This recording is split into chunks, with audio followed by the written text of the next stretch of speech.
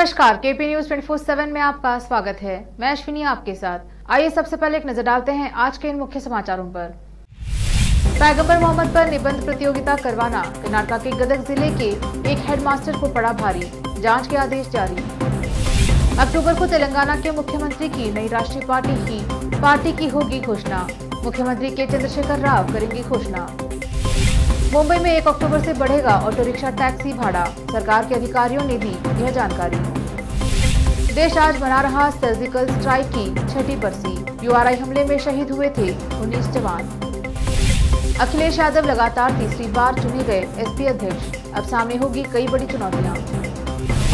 मध्य प्रदेश में शिक्षक की क्रूरता का मामला सामने आया है, छात्र को लात घूंसे मारे, जमीन में पटक कर मारा, केस किया गया दर्ज।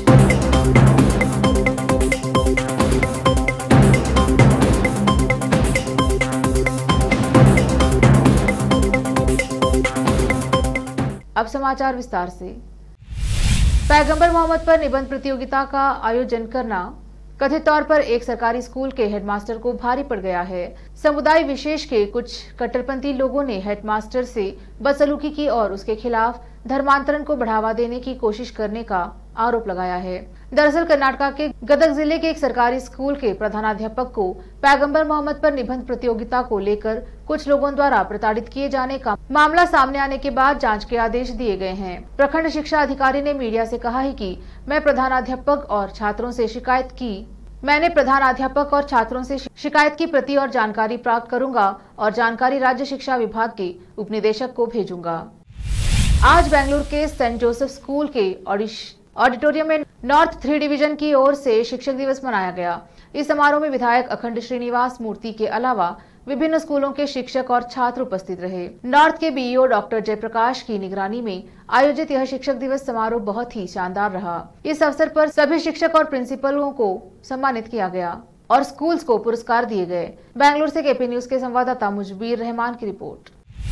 तेलंगाना में सत्तारूढ़ टीआरएस विधायक दल की बैठक 5 अक्टूबर को विजयदशमी के दिन पार्टी मुख्यालय तेलंगाना भवन में होगी। कहा जा रहा है कि इस मौके पर पार्टी प्रमुख और मुख्यमंत्री के चंद्रशेखर राव अपनी राष्ट्रीय पार्टी की घोषणा करेंगे। राष्ट्रीय दल की घोषणा के लिए दोपहर 1:19 बजे से 1:19 का समय दिया गया है। उनकी नई राष्ट्रीय पार्टी का नाम भारत राष्ट्र समिति बीआरएस होगा। इस बैठक के बाद पार्टी के संयोजकों के नामों का खुलासा किया जाएगा।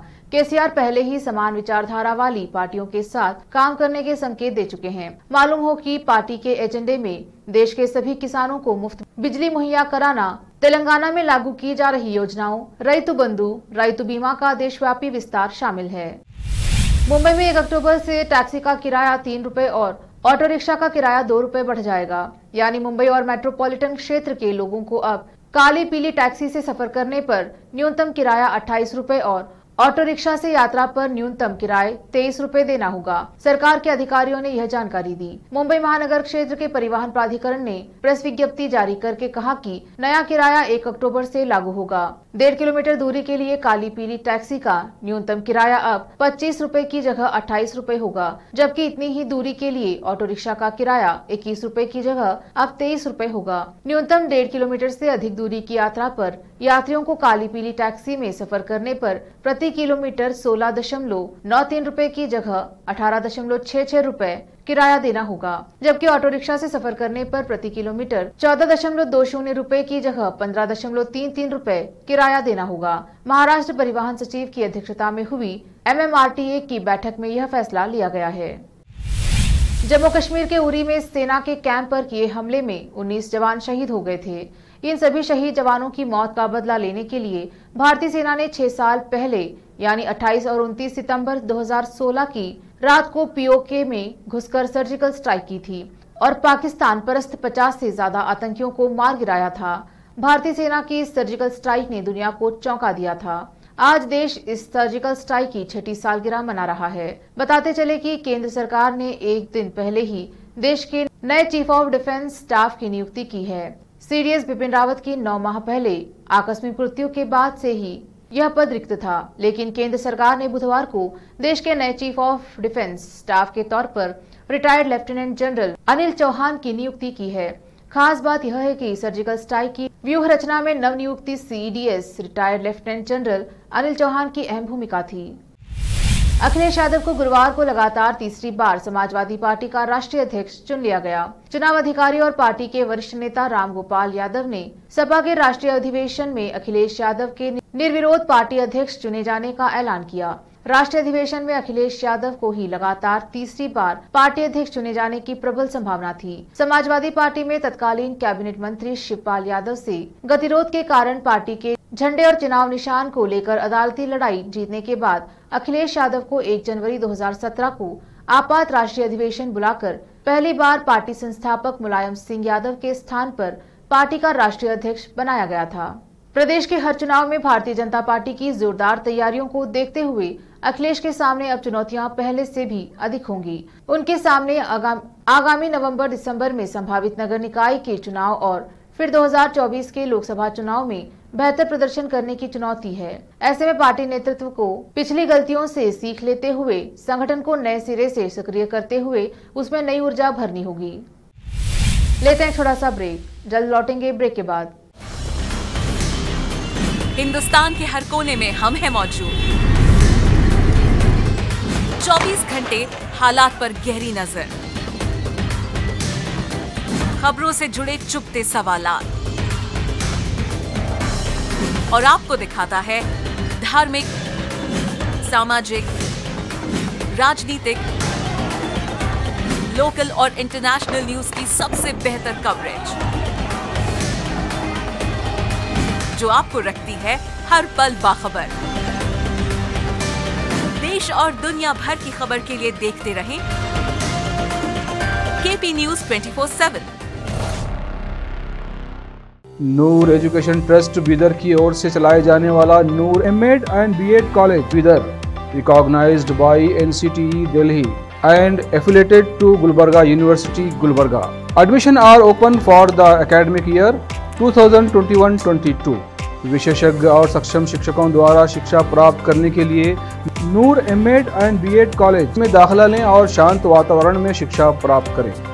बीदर शहर में बेहतर शिक्षा का एकमात्र केंद्र Noor MEd and BEd college, Shahpur gate, Bidar. Phone numbers 9945283920, 8482221297। घर, दुकान और ऑफिस कितना भी सुंदर बनाया जाए और हर तरह से उन्हें सजाया जाए, अगर फर्नीचर ना हो तो सब अधूरा सा लगता है। और अच्छा फर्नीचर घर, दुकान और ऑफिस को 4 चांद लगाता है और देखने वालों में शान बढ़ाता है। और जब घर इतना सुंदर बनाया जाता है तो उसमें बेहतर और सुंदर फर्नीचर का भी उपयोग जरूरी है।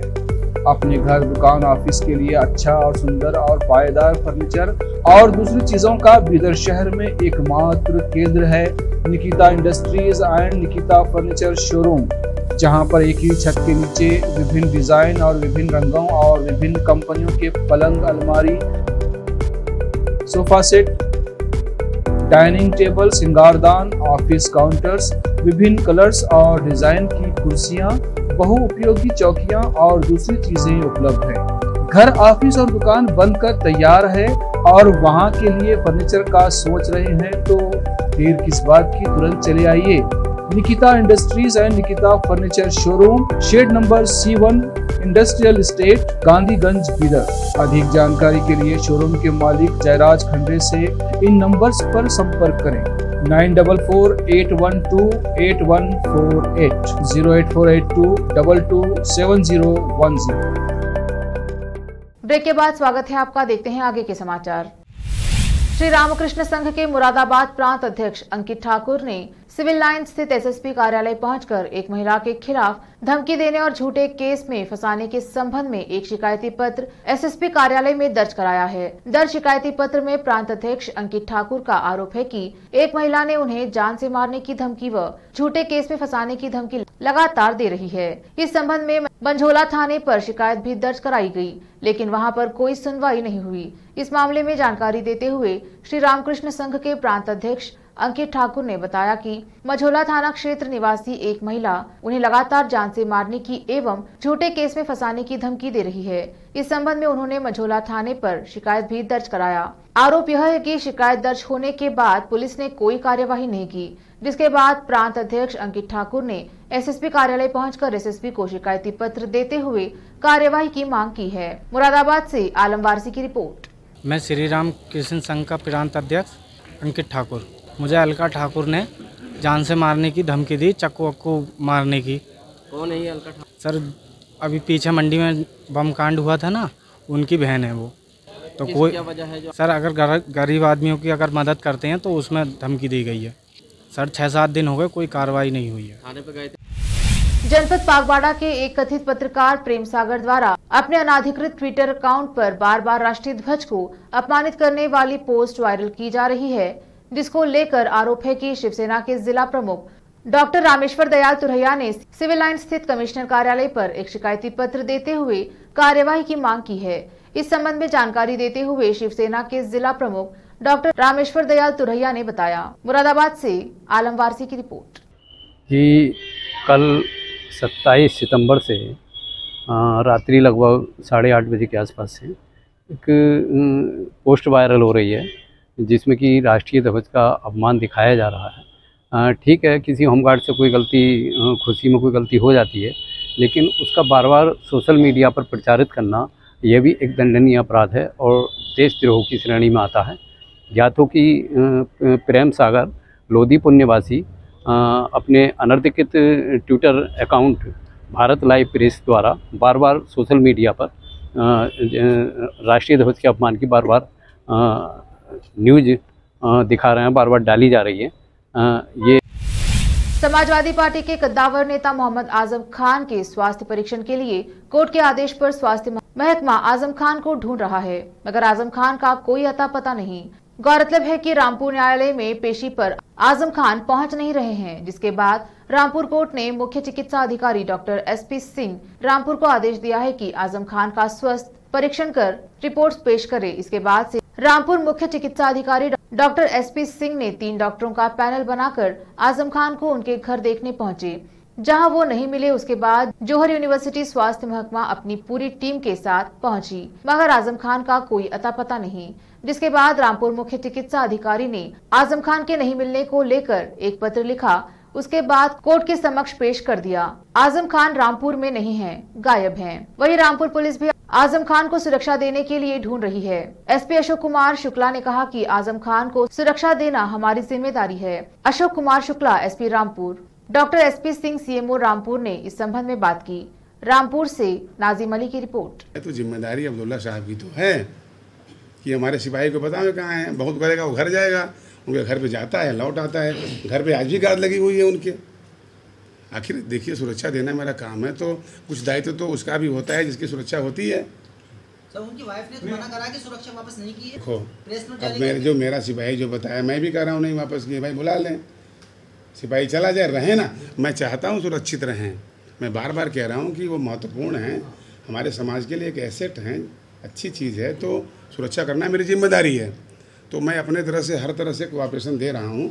मैं चाहूँगा कि उसको बुलाएं, रखें, कहीं कोई बात हो जाए तो कौन जिम्मेदार होगा अनावश्यक से। आजम खान ने सुरक्षा वापस कर दी है अपनी। मैंने स्पष्ट कर दिया आपको बात, मैंने स्पष्ट कर दिया अपनी बात आपको, और रिक्वेस्ट करूंगा कि बातें जो जैसी हैं वैसी ही बताइए। सुरक्षा कर्मियों को आजम खान ने मना नहीं किया था, ड्राइवर ने मना किया था कि आप चले। यस, ड्राइवर ने फ़ोन किया था कि तुम चले जाओ, तुमको बुलाएंगे बाद में, यार ज़रूरत नहीं है तुम्हारी, चला आया। उसमें क्या प्रक्रिया है? देखिए, माननीय न्यायालय का आदेश, न्यायालय रामपुर का आदेश था कि आप माननीय जो आजम खान साहब हैं उनकी जांच करें। तो उस संबंध में हमने टीम गठित की थी और न्यायालय को अवगत कराया था, लेकिन क्योंकि उनका हमें पता ही नहीं चला कि आजम खान कहाँ पे हैं, तो इसीलिए फिर हमारी टीम वहाँ पर नहीं जा पाई। हमने प्रयास किया, फ़ोन नंबर से भी प्रयास किया और संपर्क किया संबंधित विभागों से, लेकिन कोई भी माननीय न्यायालय के समक्ष हमने प्रस्तुत कर दिया कि उनसे हमारा संपर्क नहीं हो पा रहा है, तो हम कैसे कहाँ जाके हमें जांच करनी है, तो इसलिए उनकी जांच नहीं हो पाई। हमने माननीय न्यायालय को अवगत करा दिया। सर कितने डॉक्टर का पैनल लगाया? अलीगढ़ से एक सनसनीखेज घटना सामने आई है, जहां मीट फैक्ट्री में गैस रिसाव से करीब 50 लोगों की हालत गंभीर बताई जा रही है। सभी को इलाज के लिए जैन मेडिकल कॉलेज में भर्ती कराया गया।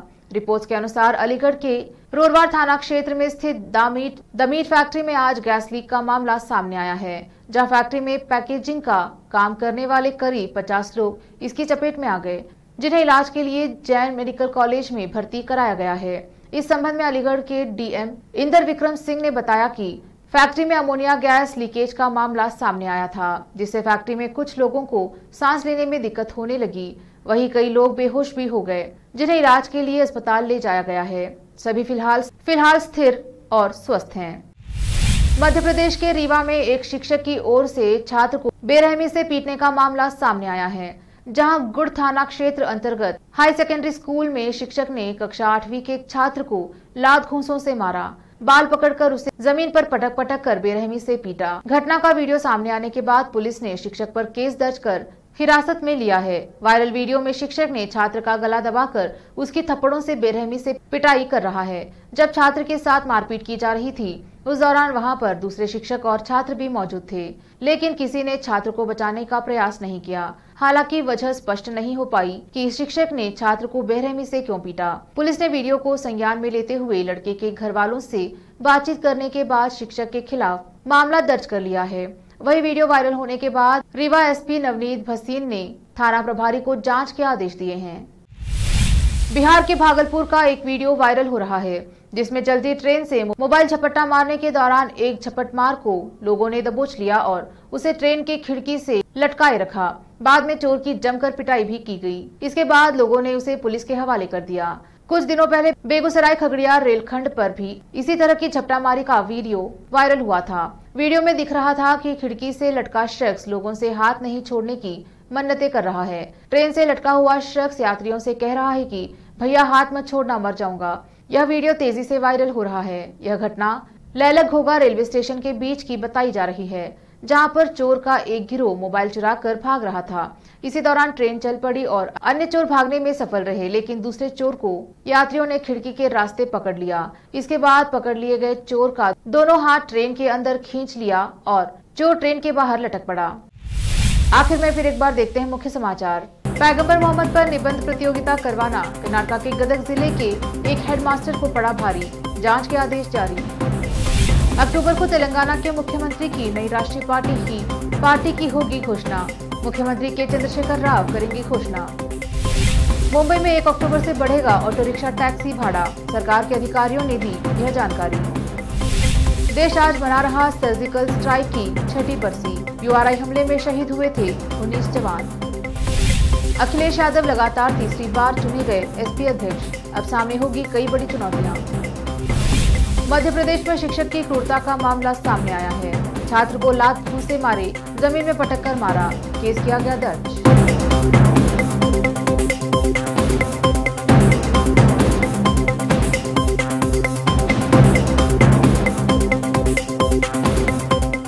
केपी न्यूज में अब तक के लिए इतना ही। देश प्रदेश के समाचारों के लिए देखते रहिए केपी न्यूज 24/7। धन्यवाद।